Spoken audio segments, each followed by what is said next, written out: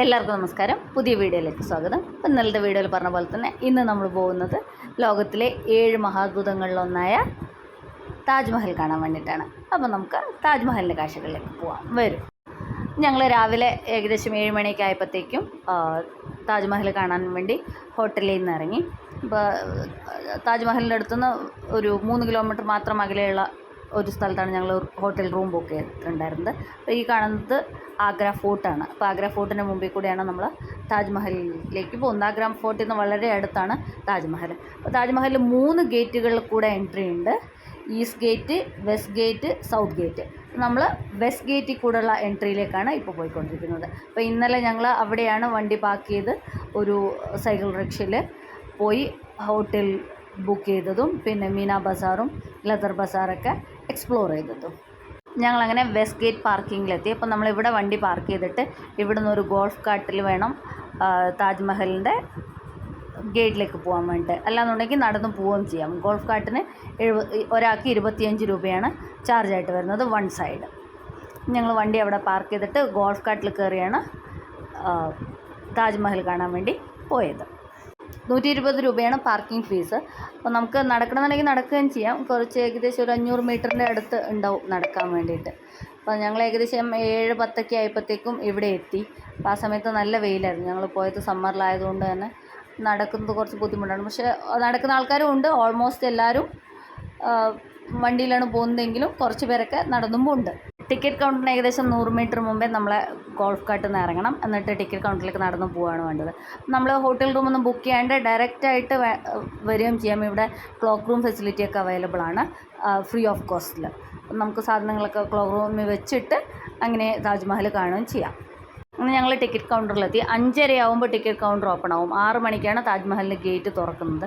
7:15 ആയപ്പോഴത്തേക്കും ഞങ്ങൾ ഇവിടെ എത്തിയിട്ടുണ്ടായിരുന്നു. അപ്പോൾ തന്നെ നല്ല ക്യൂ ഉണ്ടായിരുന്നു. അപ്പോൾ ഇവിടെ എങ്ങനെയാണെന്ന് വെച്ചാൽ 2 ടൈപ്പ് ടിക്കറ്റ് ഉണ്ട്, 50 രൂപയുടെയും 250 രൂപയുടെയും. 50 രൂപയുടെ ടിക്കറ്റ് എടുത്ത് താജ്മഹലിൻ്റെ പുറത്ത് മാത്രം കാണാം. 250 രൂപയുടെ ടിക്കറ്റ് എടുത്ത് അകത്ത് മുംതാസ് മഹലിൻ്റെയും ഷാജഹാൻ്റെയും ഖബറിടം ഇരിക്കുന്ന ഏറ്റവും അകത്തുള്ള സ്ഥലമില്ലേ അവിടെ കാണാം. അങ്ങനെ 2 ടൈപ്പ് ടിക്കറ്റാണുള്ളത്. അപ്പോൾ ആ വലിയ ക്യൂ കാണുന്നത് 50 രൂപയുടെ മാത്രം ടിക്കറ്റ് എടുക്കാനുള്ളത്. അപ്പോൾ 250യുടെ ക്യൂവിൽ ആക്ച്വലി തിരക്ക് കുറവായിരുന്നു. ഞങ്ങൾ എന്തായാലും അകത്തും കൂടി കാണാനുള്ള ഉദ്ദേശത്തിലാണ് വന്നത് തന്നെ. അതുകൊണ്ട് ഞങ്ങൾ 250 രൂപയുടെ ടിക്കറ്റ് എടുത്തു. ഓൾമോസ്റ്റ് ടിക്കറ്റ് കൗണ്ടർ കാലിയാണ്, പക്ഷേ എന്നാലും ആൾക്കാരുണ്ടായിരുന്നു. ഫത്തേപൂർ സിക്രിയിലെ പോലെ തന്നെ ഇവിടെ നമുക്ക് ഓൺലൈനിൽ ടിക്കറ്റ് ബുക്ക് ചെയ്യാം. അതേപോലെ ഫോറിൻ നാഷണൽസിന് ടിക്കറ്റ് ചാർജ് വേറെയാണ്.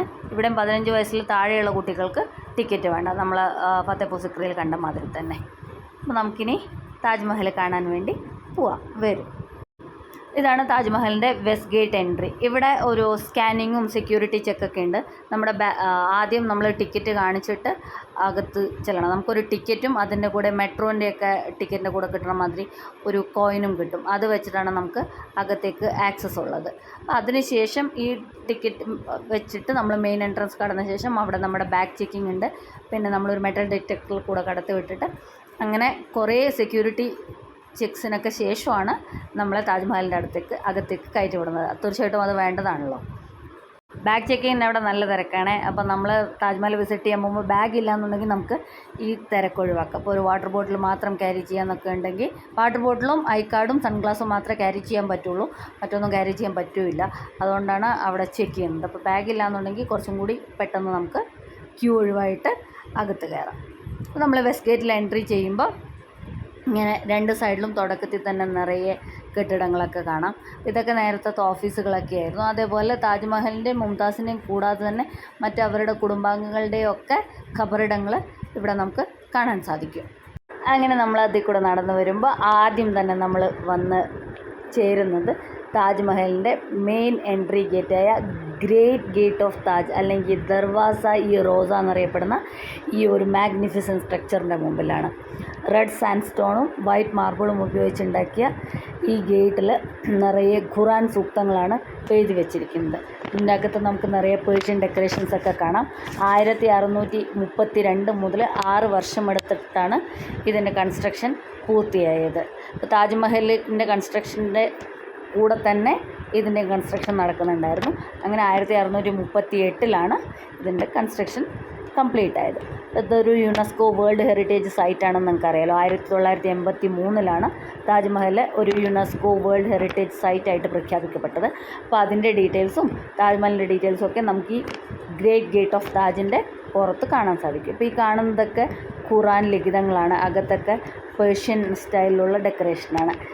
ആ ഗ്രേറ്റ് ഗേറ്റ് ഓഫ് താജും കടന്നിട്ട് പിന്നെ നമ്മൾ മുമ്പോട്ട് വരുമ്പോഴാണ് ലോകത്തിലെ 7 മഹാത്ഭുതങ്ങളിലൊന്നായ താജ്മഹലിൻ്റെ ഭംഗിയിലേക്ക് നമ്മൾ വരുന്നത്. ലോകത്തെ ഏറ്റവും കൂടുതൽ ആളുകൾ കാണപ്പെട്ട, ഏറ്റവും കൂടുതൽ ഫോട്ടോ എടുക്കപ്പെട്ട മനുഷ്യനിർമ്മിതികളിലൊന്നാണ് താജ്മഹൽ എന്ന് പറയുന്നത്.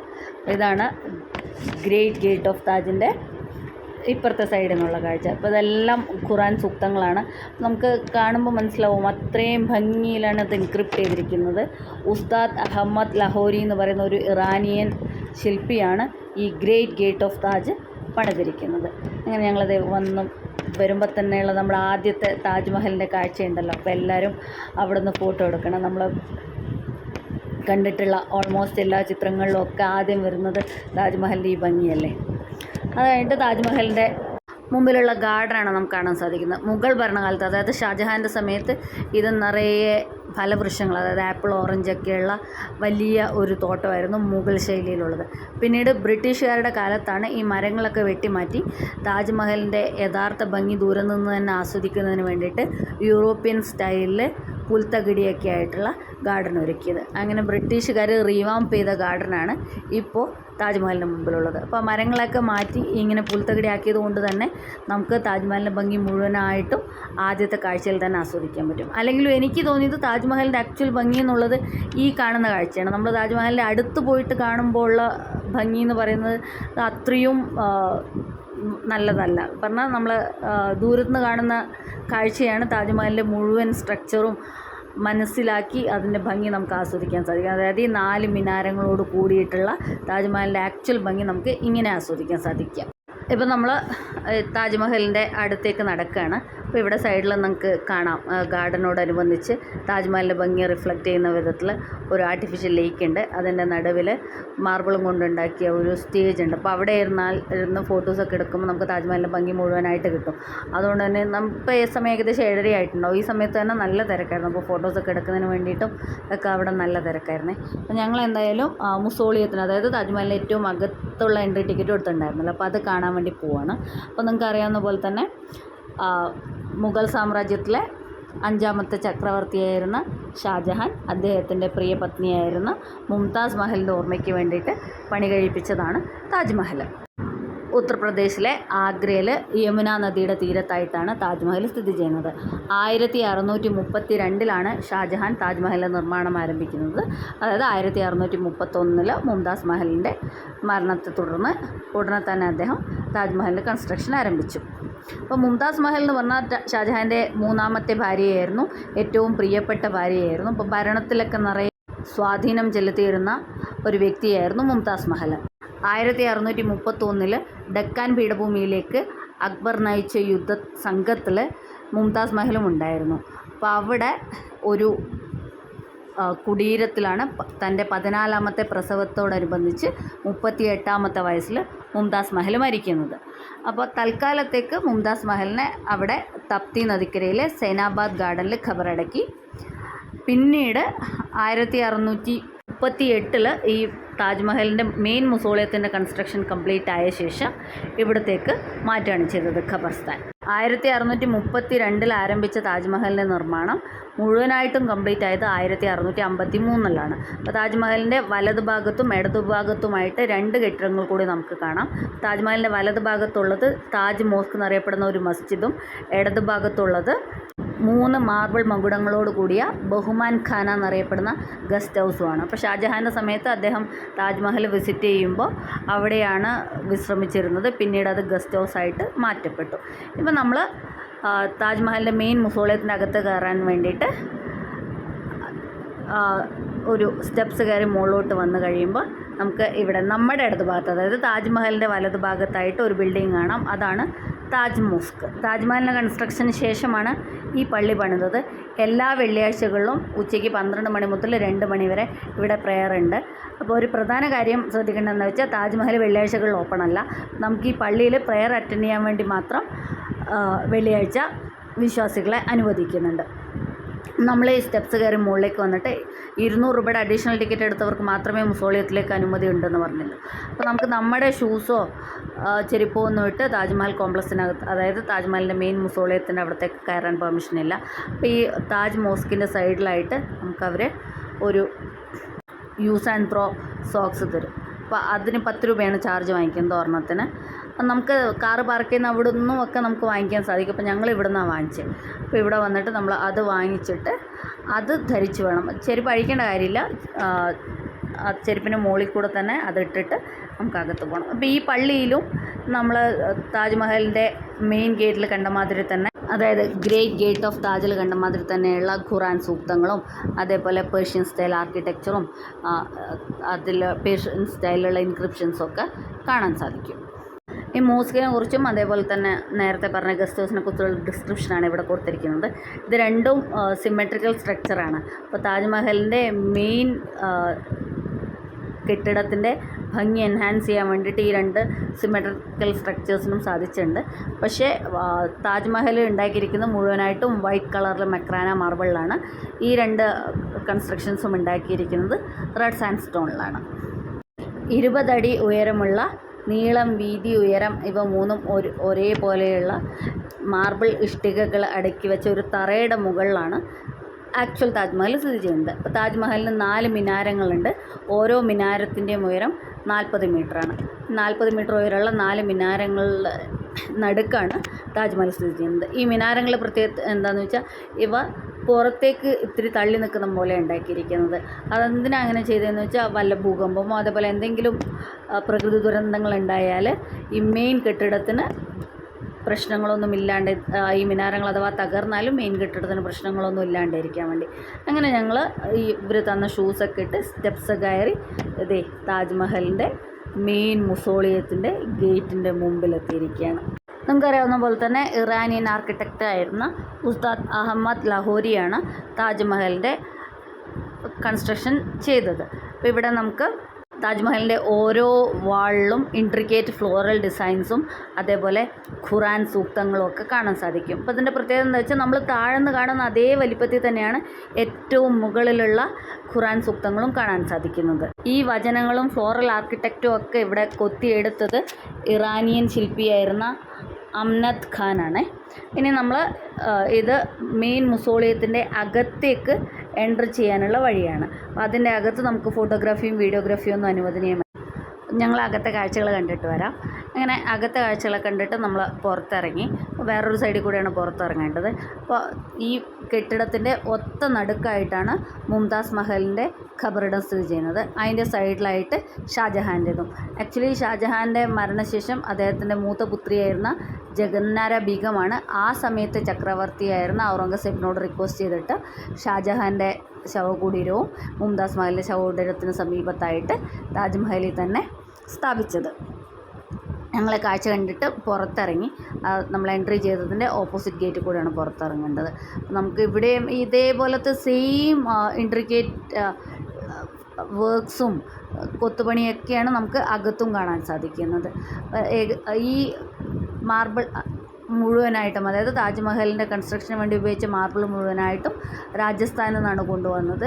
ഏകദേശം 1000ഓളം ആനകളെ അതിനുവേണ്ടി ഉപയോഗിച്ചിട്ടുണ്ടായിരുന്നു എന്നാണ് പറയുന്നത്. ഇവിടെയൊക്കെ നമുക്ക് ഈ പേർഷ്യൻ സ്റ്റൈൽ ആർക്കിടെക്ചറും അതിൻ്റെ ഇൻക്രിപ്ഷൻസും ഒക്കെയാണ് കാണാൻ സാധിക്കുന്നത്. ഇതൊക്കെ അത്രയും വർഷങ്ങൾക്ക് മുമ്പ് ഒരു മെഷീൻ്റെ ഒന്നും സഹായമില്ലാതെ കൈകൊണ്ട് മാത്രം ചെയ്തെടുത്ത വർക്കുകളാണ് ഇപ്പോൾ നമ്മൾ കാണുന്നത്. നമ്മൾ മെയിൻ മുസോളിയത്തിൻ്റെ അകത്ത് കണ്ടിട്ട് പിന്നെ പുറത്തേക്ക് ഇറങ്ങി വരുന്നത് താജ്മഹലിൻ്റെ പുറകുവശത്തേക്കാണ്. അവിടെ നിന്നാണ് നമുക്ക് യമുന നദി കാണാൻ സാധിക്കുന്നത്. നേരത്തെ പറഞ്ഞല്ലോ, യമുന നദിക്കരയിൽ ഷാജഹാൻ തന്നെ സ്വന്തം പ്രാണപ്രേയസിക്ക് വേണ്ടിയിട്ട് കണ്ടുപിടിച്ച സ്ഥലമാണ് ഈ താജ്മഹലിരിക്കുന്ന സ്ഥലം. ഇവിടെയാണ് അദ്ദേഹം താജ്മഹൽ പണിതത്. അപ്പോൾ ചരിത്രരേഖകൾ പ്രകാരം ഈ താജ്മഹലിൻ്റെ ഓപ്പോസിറ്റായിട്ട് യമുന നദിയുടെ അക്കരയിൽ ഷാജഹാന് ഇതേപോലെ ബ്ലാക്ക് മാർബിളിൽ ഒരു താജ്മഹൽ പണിയണം എന്ന് ആഗ്രഹം ഉണ്ടായിരുന്നു. പക്ഷേ അതിൻ്റെ ചിലവിനെക്കുറിച്ച് ചിന്തിച്ച് ഇത്രയും ഇനിയും ഇതേപോലെ ഒരു ബിൽഡിംഗ് പണി കഴിപ്പിച്ച് കഴിഞ്ഞാൽ രാജ്യം സാമ്പത്തിക പ്രതിസന്ധിയിലേക്ക് നീങ്ങും എന്ന് മനസ്സിലാക്കിയിട്ട് ആ സമയത്തെ ചക്രവർത്തിയായിരുന്ന ഔറംഗസേബ് അത് നിരാകരിക്കുകയാണുണ്ടായത്. ഔറംഗസേബ് എന്ന് പറഞ്ഞാൽ കുറച്ച് ലളിത ജീവിതം നയിക്കുന്നതിന് വേണ്ടി ആഗ്രഹിച്ചിരുന്ന ഒരു മനുഷ്യനും കൂടിയായിരുന്നു അദ്ദേഹം. അതുകൊണ്ട് തന്നെ ഇങ്ങനെയൊരു ചിലവ് ചെയ്യാൻ അദ്ദേഹത്തിന് താല്പര്യം ഉണ്ടായിരുന്നില്ല. അതുകൊണ്ടാണ് ഷാജഹാൻ്റെ ആഗ്രഹം നടക്കാതിരുന്നത്.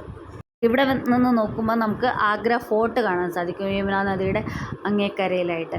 അപ്പോൾ കഴിഞ്ഞ ദിവസത്തെ വീഡിയോയിൽ ഞാൻ പറഞ്ഞിട്ടുണ്ടായിരുന്നില്ലേ, ആഗ്ര ഫോർട്ടിൽ ഷാജഹാൻ്റെ അവസാന കാലത്ത് അദ്ദേഹം വീട്ടുതടങ്കലിലായിരുന്ന സമയത്ത് അദ്ദേഹത്തിൻ്റെ മുറിയിലിരുന്ന് അദ്ദേഹത്തിന് ഈ താജ്മഹൽ കാണാൻ സാധിക്കുമായിരുന്നു. അങ്ങനെ മുംതാസ് മഹലിൻ്റെ ശവകുടീരം നോക്കിക്കൊണ്ടാണ് ഷാജഹാൻ തൻ്റെ അവസാന നാളുകൾ തള്ളി നീക്കിയിരുന്നത്.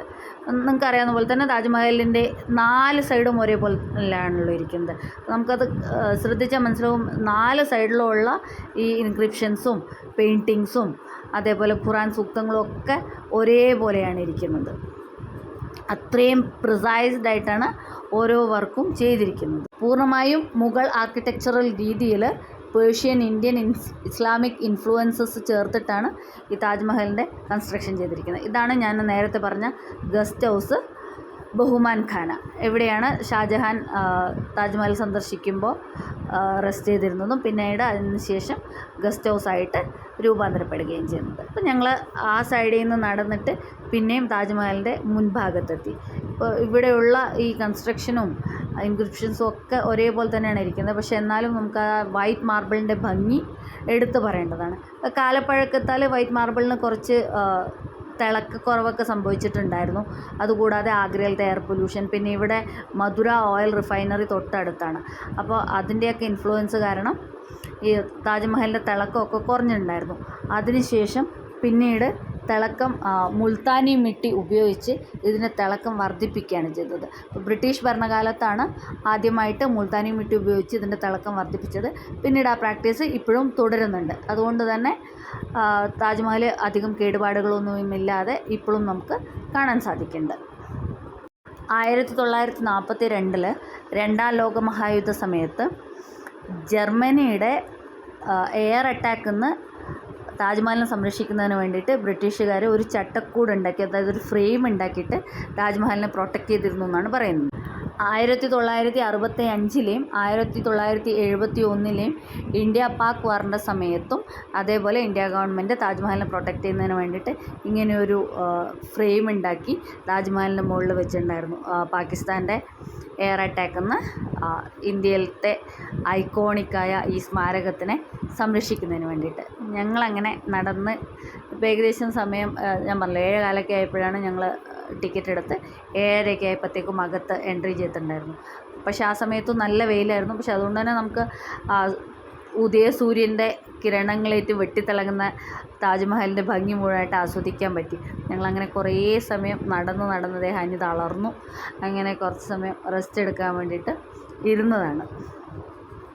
ഷാജഹാൻ്റെ സമയത്ത് ഈ താജ്മഹലിൽ precious and semi precious stones ഒക്കെ വെച്ചിട്ട് ഡെക്കറേറ്റ് ചെയ്തിട്ടുണ്ടായിരുന്നു. ഇപ്പോൾ നമ്മൾ നേരത്തെ കണ്ട ഫ്ലോറൽ ഡിസൈൻസിൻ്റെ ഒക്കെ മുകളിൽ സ്വാഭാവികമായിട്ടും ബ്രിട്ടീഷുകാർ എല്ലായിടത്തും ചെയ്ത പോലെ തന്നെ അവരുടെ അധീനതയിലായപ്പോഴത്തേക്കും ആ പ്രഷ്യസ് സ്റ്റോൺസും സെമി പ്രഷ്യസ് സ്റ്റോൺസൊക്കെ അവർ എടുത്തുകൊണ്ട് പോവുകയാണ് ചെയ്തത്. ഇപ്പം നമ്മൾ ഫത്തേപൂർ സിക്രിയിലൊക്കെ അവിടെ പറഞ്ഞിട്ടുണ്ടായിരുന്നല്ലോ, അവിടെ ഉണ്ടായിരുന്ന ഗോൾഡിൻ്റെയും പ്രഷ്യസ് സ്റ്റോൺസിൻ്റെയൊക്കെ ഡെക്കറേഷൻസൊക്കെ ബ്രിട്ടീഷുകാർ കൈക്കലാക്കുകയാണ് ചെയ്യുന്നത്. അതുപോലെ തന്നെയാണ് താജ്മഹലിൻ്റെ കാര്യത്തിലും സംഭവിച്ചത്. 74 മീറ്ററാണ് താജ്മഹലിൻ്റെ ഉയരം. അതായത് ഗ്രൗണ്ട് ലെവൽ മുതൽ സെൻട്രൽ ഡോംസിൻ്റെ അറ്റം വരെയുള്ള ഹൈറ്റ് നോക്കി 74 മീറ്ററാണ് താജ്മഹലിൻ്റെ ഉയരം. അത് കുത്തബ് മിനാറിനേക്കാളും കൂടുതലാണ്. നമ്മൾ നേരത്തെ കണ്ട താജ് മസ്ജിദിൻ്റെ കാഴ്ചയാണിത്, താജ്മഹലിൻ്റെ മെയിൻ മൊസൂളെത്തുന്നുള്ളത്. അങ്ങനെ താജ്മഹലൊക്കെ കണ്ടിട്ട് ഞങ്ങളത് ഇറങ്ങുകയാണ് താഴത്തേക്ക്. ഒന്നും കൂടി നമുക്ക് താജ്മഹലിൻ്റെ ഭംഗി ഒന്നും കൂടി ആസ്വദിച്ചിട്ട് ഇറങ്ങാമെന്ന് നമ്മൾ തിരിഞ്ഞു നോക്കുമ്പോൾ കാണുന്ന ബ്യൂട്ടിഫുൾ മോണുമെൻ്റാണ് ഇത്. 2 സൈഡിലായിട്ട് സിമെട്രിക്കൽ സ്ട്രക്ചറിൽ താജ് മസ്ജിദും അതേപോലെ തന്നെ ബഹുമാൻ ഖാന എന്നുള്ള ഗസ്റ്റ് ഹൗസും സ്ഥിതി ചെയ്യുന്നുണ്ട്. ഞങ്ങൾ സ്റ്റെപ്സ് ഇറങ്ങി താഴെ വന്നു. ഇവിടെ നിന്ന് നേരെ പോകുമ്പോഴാണ് നമുക്ക് ബഹുമാൻ ഖാനയിൽ എത്തിച്ചേരാൻ സാധിക്കും. ഇതാണ് താജ് കോംപ്ലക്സിനുള്ളിലുള്ള ബഹുമാൻ ഖാന. ഈ താജ് കോംപ്ലക്സ് മുഴുവനായിട്ടും 42 ഏക്കറിലാണ് സ്ഥിതി ചെയ്യുന്നത്. ഞങ്ങൾ താഴെ ഇറങ്ങി വന്നിട്ട് ഉള്ള മേമാൻ ഖാനയുടെ ദൃശ്യങ്ങളാണിത്. പറഞ്ഞല്ലോ, താജ് മോസ്കുമായിട്ട് സിമെട്രിക്കലി അലൈൻഡ് ആണ് ഇത്. താജ്മഹലിൻ്റെ റെക്കോർഡിക്കലായിട്ടുള്ള ഹിസ്റ്റോറിക് നെയിം എന്ന് പറയുന്നത് റോസ-ഇ മുനാവറ എന്നാണ്. ഇല്ലൂമിൻഡ് ടോംബ് എന്നാണ് അതിൻ്റെ അർത്ഥം. താജ്മഹൽ എന്നുള്ളത് മുംതാസ് മഹൽ എന്നുള്ളതിൻ്റെ ഒരു ഷോർട്ട് ആൻഡ് ഡെറിവേറ്റീവാണ്. താജ്മഹലിൻ്റെ ഓപ്പണിംഗ് ടൈം എന്ന് പറയുന്നത് സൺറൈസിന് 30 മിനിറ്റ്സ് മുമ്പേയും ക്ലോസിംഗ് ടൈം സൺസെറ്റിന് 30 മിനിറ്റ്സ് മുമ്പേയാണ്. അതനുസരിച്ചിട്ടാണ് താജ്മഹലിൻ്റെ ഓപ്പണിംഗ് ആൻഡ് ക്ലോസിംഗ് ടൈം ഇരിക്കുന്നത്. ഞങ്ങൾ താജ്മഹലിൻ്റെ ഭംഗിയൊക്കെ ആസ്വദിച്ച് താജ്മഹലിൻ്റെ മെയിൻ ഗേറ്റ് വഴി പുറത്തേക്ക് പോവാണ്. അപ്പോൾ നമുക്ക് എൻട്രിയും എൻട്രൻസൊക്കെ ഈ സെയിം മെയിൻ ഗേറ്റ് ഒരെണ്ണം മാത്രമേ ഉള്ളൂ. അപ്പോൾ അതിൽ കൂടെ തന്നെയാണ് നമ്മുടെ എൻട്രിയും എക്സിറ്റും ഒക്കെ വരുന്നത്.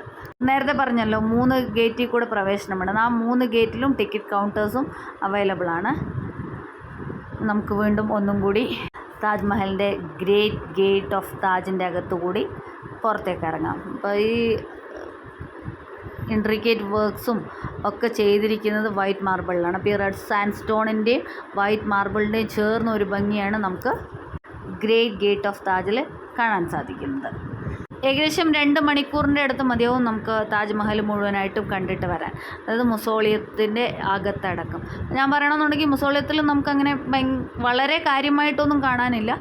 ഷാജഹാൻ്റെയും മുംതാസ് മഹലിൻ്റെയും ഖബറിടങ്ങൾ മാത്രമേ ഉള്ളൂ. പിന്നെ അകത്തുള്ള വർക്ക്സും പെയിൻറ്റിങ്സും ഒക്കെ പുറത്തുള്ള മാതിരി തന്നെയാണ്. അപ്പോൾ 50 രൂപയുടെ പുറത്ത് മാത്രം കാണാനുള്ള ടിക്കറ്റ് എടുക്കാമെന്നുണ്ടെങ്കിൽ കൂടെ തന്നെയും വേർത്താണെന്നാണ് എനിക്ക് തോന്നുന്നത്. ഇവിടെയും നമുക്ക് ഗൈഡ്സൊക്കെ അവൈലബിൾ ആണ്. നമ്മളിത് ആ മരത്തിൻ്റെ ചുവട്ടിലൊക്കെ നിറയെ ഗൈഡ്സ് നിൽക്കുന്നതാണ് നമ്മൾ വരുമ്പോൾ തന്നെ. പക്ഷേ ഇപ്പോൾ താജ്മഹലിൻ്റെ കാര്യങ്ങളൊക്കെ നമുക്ക് അറിയാവുന്നതുകൊണ്ട് തന്നെ ഇവിടെ ഒരു ഗൈഡിൻ്റെ ആവശ്യമുണ്ടെന്ന് ഞങ്ങൾക്ക് തോന്നിയില്ല. അത് കാരണമാണ് ഞങ്ങൾ പിന്നെ ഇവിടെ ഗൈഡിനെ എടുക്കാഞ്ഞത്. നമ്മളത് തിരിച്ചു പോകുമ്പോൾ വെസ്റ്റ് ഗേറ്റിൽ കൂടെയാണ് എൻട്രി ചെയ്തതെന്ന് പറഞ്ഞല്ലോ. അപ്പോൾ ഇവിടെ എൻട്രിയും എക്സിറ്റും വേറെ വഴി കൂടെയാണ്. അപ്പോൾ നമ്മുടെ കയ്യിൽ ആ കോയിൻ ഉണ്ടായിരുന്നില്ലേ, അപ്പോൾ അത് നമ്മൾ ഇവിടെ സബ്മിറ്റ് ചെയ്യണം. സബ്മിറ്റ് ചെയ്തിട്ടാണ് പുറത്തിറങ്ങുന്നത്. അങ്ങനെ ഞങ്ങൾ വെസ്റ്റ് ഗേറ്റിൽ കൂടെ തന്നെ പുറത്തിറങ്ങി. ഇനി ഇവിടെ നിന്ന് ഗോൾഫ് കാർട്ടിൽ കയറിയിട്ട് വണ്ടി പാർക്ക് ചെയ്ത സ്ഥലത്ത് പോകണം. ഇവിടെ ഒരു ടൂറിസ്റ്റ് ഫെസിലിറ്റേഷൻ സെൻറ്ററും അതേപോലൊരു റെസ്റ്റോറൻറ്റും ഇങ്ങനെ കുഞ്ഞു കുഞ്ഞു ഷോപ്സ്, പേട്ട സ്റ്റോറ്, അതേപോലത്തെ മിനറൽ വാട്ടർ കിട്ടുന്ന കട, സ്നാക്സ് കിട്ടുന്ന കട, അതൊക്കെ ഉണ്ട് കേട്ടോ നമുക്ക് തൽക്കാലത്തേക്ക് റിഫ്രഷ്മെൻറ്റിന് വേണ്ടിയിട്ടുള്ളത്. അങ്ങനെ ഞങ്ങൾ തിരിച്ച് പോകാൻ വേണ്ടിയുള്ള ഗോൾഫ് കാർട്ടിൽ കയറി. ഞാൻ പറഞ്ഞല്ലോ 25 റുപ്പീസ് പെർ പേഴ്സൺ എന്ന് പറയുന്നത് വൺ സൈഡായിരുന്നു. നമ്മൾ തിരിച്ച് പോകാൻ വേണ്ടിയും ടിക്കറ്റ് എടുക്കണം. ഇവിടെ നിന്ന് നമുക്ക് ലെഫ്റ്റ് സൈഡിലേക്കുള്ള റോഡിൽ കൂടെ പോവുകയാണെന്നുണ്ടെങ്കിൽ നമുക്ക് ഇവിടുന്ന് മെട്രോ സ്റ്റേഷനിലെത്താൻ സാധിക്കും. അവിടെയൊക്കെ താജ്മഹലിൻ്റെയും അതേപോലെ ഷാജഹാനും മുംതാസ് മഹലും തമ്മിലുള്ള സ്നേഹത്തിൻ്റെയൊക്കെ കഥകളൊക്കെ എഴുതി വച്ചിട്ടുണ്ട്. അങ്ങനെ ഞങ്ങളത് എന്തായാലും ഗോൾഫ് കാർട്ടിൽ കയറി വണ്ടി പാർക്ക് ചെയ്ത സ്ഥലത്തേക്ക് പോവാണ്. ഇത് മുഴുവൻ നന്നായിട്ട് സംരക്ഷിച്ചിട്ടുണ്ട്. അതാണ് ഏറ്റവും എടുത്ത് പറയേണ്ട കാര്യം. നല്ലോണം മെയിൻറ്റെയിൻ ചെയ്തിട്ടുണ്ട്. ചെടികളൊക്കെ വെച്ച് പിടിപ്പിച്ച് മുഴുവൻ ഗ്രീനറി ആയിട്ടിരിക്കുന്നുണ്ട്. പിന്നെ കുറച്ച് നമ്മൾ ഈ മെയിൻ ഗേറ്റിൻ്റെ അടുത്ത്, അതായത് ടിക്കറ്റ് കൗണ്ടറിൻ്റെ അടുത്ത് ചെല്ലുമ്പോൾ ഇത്തിരി കുരങ്ങന്മാരുടെ ശല്യമുണ്ട്. അതിനെക്കുറിച്ച് കുറച്ച് കോൺഷ്യസ് ആയിരിക്കുന്നത് നന്നായിരിക്കും എന്നാണ് എനിക്ക് തോന്നുന്നത്. ഇവിടെ വാഷ്റൂം ഫെസിലിറ്റിയൊക്കെ ഉണ്ട്. നമ്മൾ വണ്ടി പാർക്ക് ചെയ്ത സ്ഥലത്ത് വരുമ്പോൾ അതിൻ്റെ സൈഡിലായിട്ട് കടകളൊക്കെ ഉണ്ട്. നമുക്ക് സോവനീഴ്സൊക്കെ വാങ്ങാൻ വേണ്ടിയിട്ടും അതേപോലെ നേരത്തെ കണ്ട പോലെ സ്നാക്സിൻ്റെയും റിഫ്രഷ്മെൻറ്റ്സിൻ്റെയൊക്കെ കടകളും ഇവിടെ അവൈലബിൾ ആണ്. ഞങ്ങൾ ഗോൾഫ് കാർട്ടിൽ നിന്ന് പാർക്കിംഗ് സ്പേസിൽ വന്ന് വണ്ടിയെടുത്ത് തിരിച്ച് പോവുകയാണേ. അപ്പോൾ ഇനിയിപ്പോൾ ഞങ്ങളുടെ പ്ലാൻ എന്താ വെച്ചാൽ ഞങ്ങൾ തിരിച്ച് അംബാലയ്ക്ക് പോവുകയാണ്. ഇനി ഇവിടെ ആഗ്രയിൽ ഒന്നും കാണാൻ നിൽക്കുന്നില്ല. ആക്ച്വലി അക്ബറിൻ്റെ ശവകുടീരവും അതേപോലെ തന്നെ ജഹാംഗീറിൻ്റെ അമ്മയുടെ ശവകുടീരം ഒക്കെ ഇവിടെ അടുത്ത് തന്നെ കാണാനുണ്ട്. പിന്നെ സിക്കന്ദർ, അതായത് നേരത്തെ ഞാൻ ആദ്യത്തെ വീഡിയോയിൽ പറഞ്ഞിട്ടുണ്ടായിരുന്നു, സിക്കന്ദർ ലോധിയാണ് ആധുനിക ആഗ്ര നഗരം പണിതതെന്ന്. അപ്പോൾ അദ്ദേഹം പണി കഴിപ്പിച്ച കുറച്ച് ആർക്കിടെക്ചറും ബിൽഡിങ്ങൊക്കെയുള്ള സിക്കന്ദർ എന്ന് പറഞ്ഞുള്ള ഒരു സ്ഥലം ഇതിൻ്റെ അകത്താണ്. പക്ഷെ അതൊന്നും ഞങ്ങൾ എന്തായാലും ഈ വരവിൽ കാണാൻ നിൽക്കുന്നില്ല. ഞങ്ങൾ ഇനിയിപ്പോൾ നേരെ ഹോട്ടൽ റൂമിൽ പോയിട്ട് അവിടെ നിന്ന് പറഞ്ഞല്ലോ രാവിലെ 7 മണിക്ക് ഹോട്ടൽ റൂമിൽ നിന്ന് വന്നതാണ്. അപ്പോൾ അവിടെ നിന്ന് ബ്രേക്ക്ഫാസ്റ്റും ഒക്കെ കഴിച്ച് ഇനി തിരിച്ച് അംബാലയ്ക്ക് പോകണം.